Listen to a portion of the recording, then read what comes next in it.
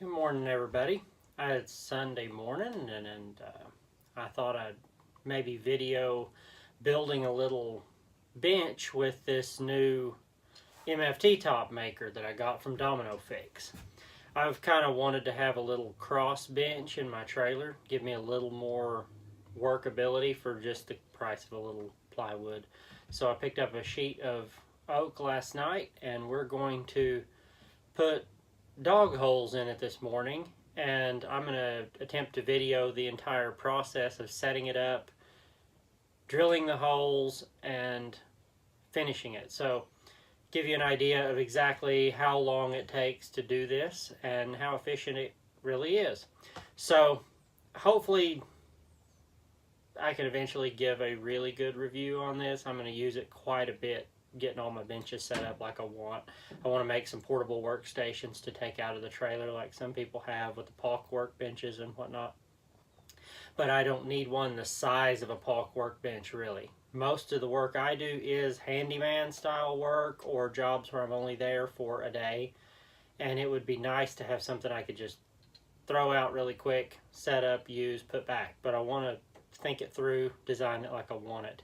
So I'm building everything in the trailer that I've been thinking about for a while first. Anyway, let's dive in, see if we can make a little workbench here and get this going on. Okay, went ahead and drilled the entire front of my bench here for dogs with the DominoFix MFT deal. And I had some of these aluminum dogs that I bought on eBay from a guy, I guess, that mills them on there. I think they were maybe $30 or so for a nice set. But anyway, pop them in, put this square in here, and I mean, I have a dead straight fence, a dead straight grid. It could not be better. Maybe 20 minutes set up and all to do that. And now we have this nice work area right here in the trailer. Be nice for clamping down things that are being cut in the miter saw too. You can work it all the way out there. And we're fixing to build another bench down there, but this is the setup boring bit. Ended up running it on about speed between 2 and 3 on the OF 1400, and that seemed to cut it without as much burning as any of the other speeds. Anyway, that's what that tool does, and I'm pretty satisfied for what it cost. Okay, decided to go ahead and give me a little bit more room here. For a long time I've wanted this to have a cross bench here in the trailer, and so I cut a couple of strips of oak and glued them to the bottom here to give me just about a 1/4 inch overhang lip there. And I've cut me a piece of oak ply there, which is the same thing my tops are made out of. I got this strip on both sides, and that's cut to perfectly match the space between my benches here. So it's going to be able to just drop in and drop out. And I want to make that into its own little MFT top that can be stuck right here in the end of the trailer. I think could be extremely handy in the future, even to carry in on jobs and things like that. But these are gluing up, and we'll see if we can get this drilled and put together here shortly with this DominoFix. Okay, so here we are. This is the little cross table I built between my 2 benches in my shop trailer here. And I just did glue on 2 little rails right here under my bench, just pieces of 1x oak.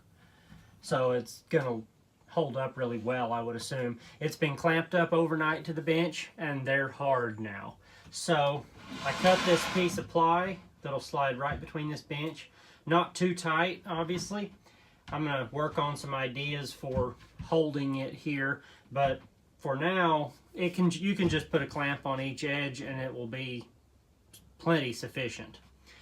But this would be a really nice little bench when I'm in my trailer and I need more width that I can get out of these little side benches.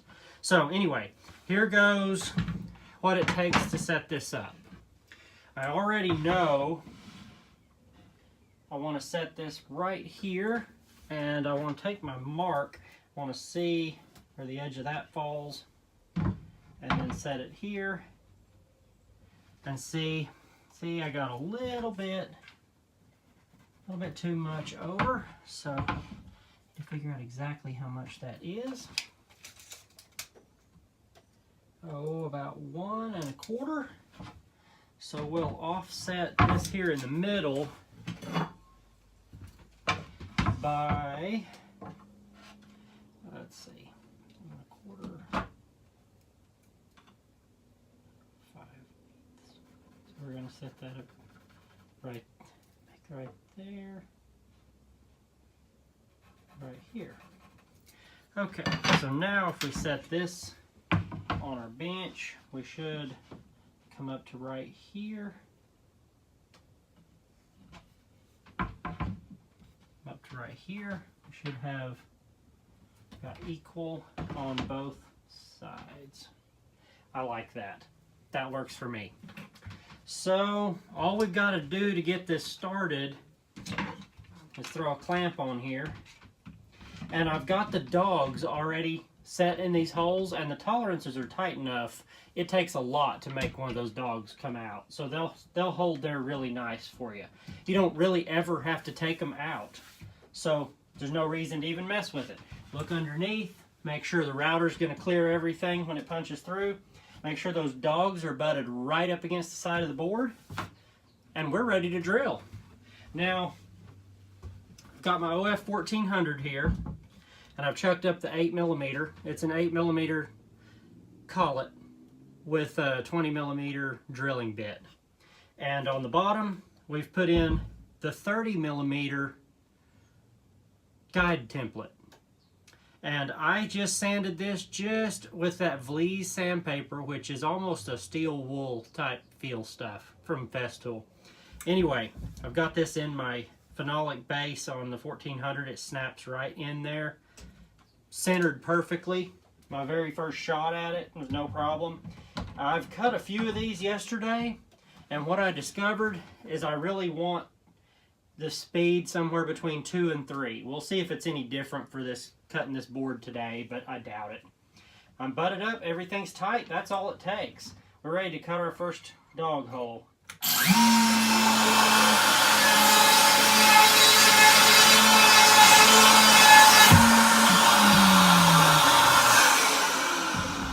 Pick it up, move it over, ready again.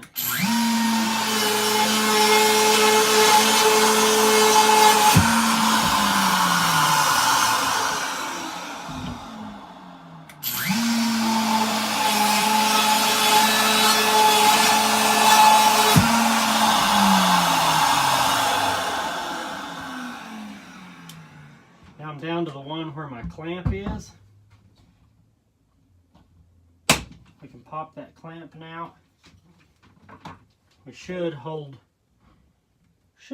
just fine, but we can throw that clamp right over here just for some added security. Drop that right on in.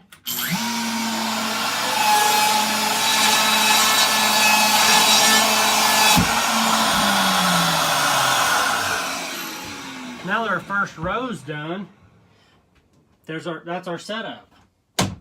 We can pop this, pick this up, and it's got the 2 dogs that stick down from the back, if you can see that.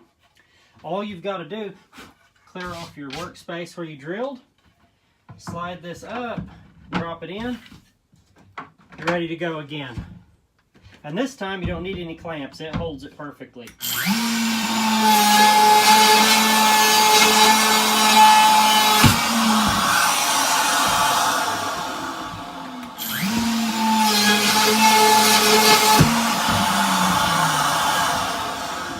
I've got that pretty snug.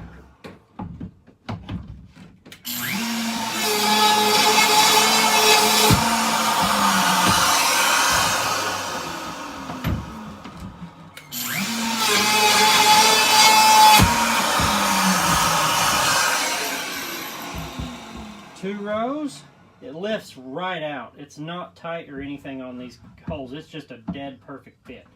Drop in for your third row.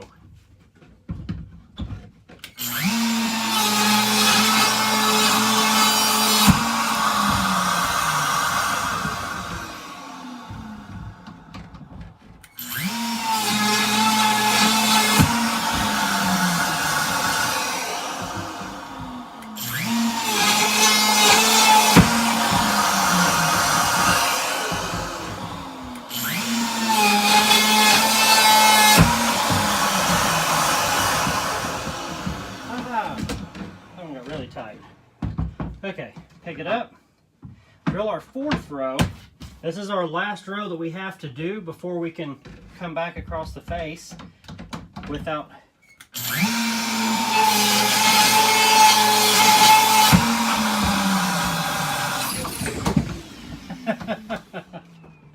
always gotta have something happen.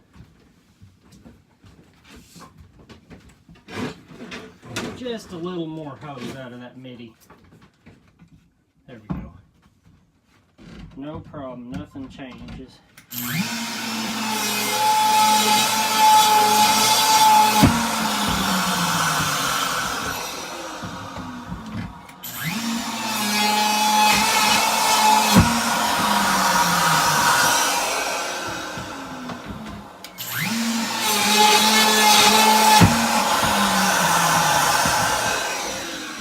Okay, now what's significant about this, we're 4 rows in, you'll notice there's only like 2 chips of anything even on the bench.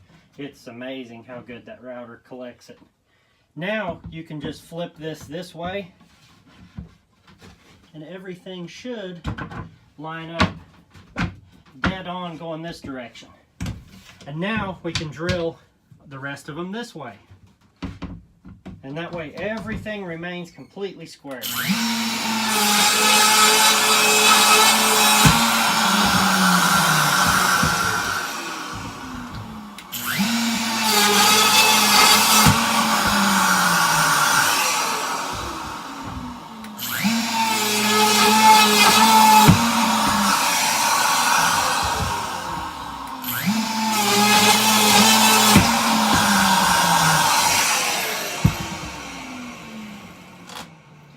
Pop it up out of this one, it's going to stick really good and tight for some reason. This one. Pop it right out of there. Make sure our holes are nice and clear.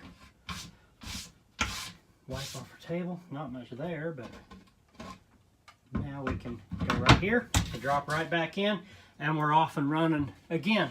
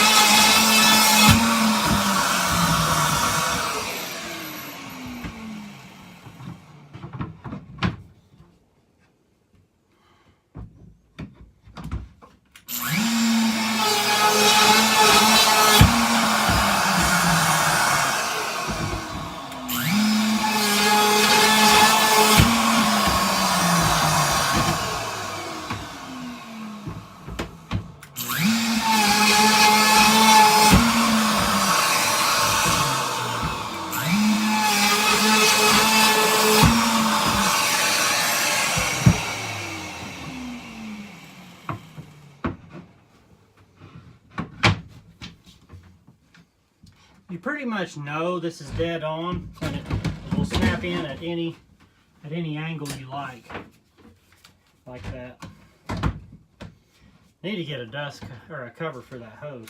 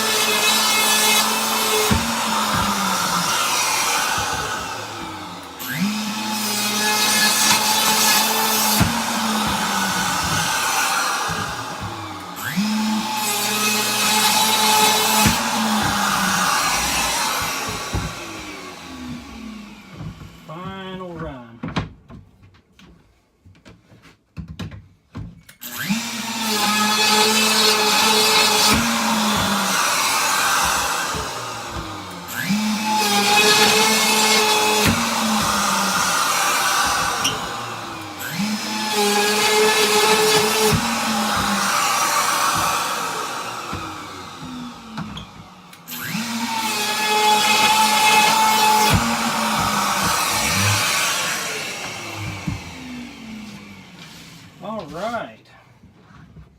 Well, as you can see, we got this whole top done. I set that bit where it just barely went through the top. So, have to punch out a couple of those bottom pieces. But you can set your plate here anywhere on the bench and it'll drop right in. And I've got some 20mm dogs over here, and they drop right in also. You can really, it's very nice. You set, say stick one there, oh, stick one here, one up here. Throw a square on this, there's not a bit of wiggle anywhere in that. So I'm sure I need to do more testing as far as how square this is, but as tight as these dogs in the DominoFix fit into this table, and that they're still in the back, and you can set this any way you want and it will just tightly snap right in, I can't imagine that it can be off very much. I'm impressed. I think this took, I'm not speeding anything up on here. Originally I was going to speed up the second half. That's why I stopped and restarted the video. But I think we had about 8.5 minutes. And then we got about 6 minutes here,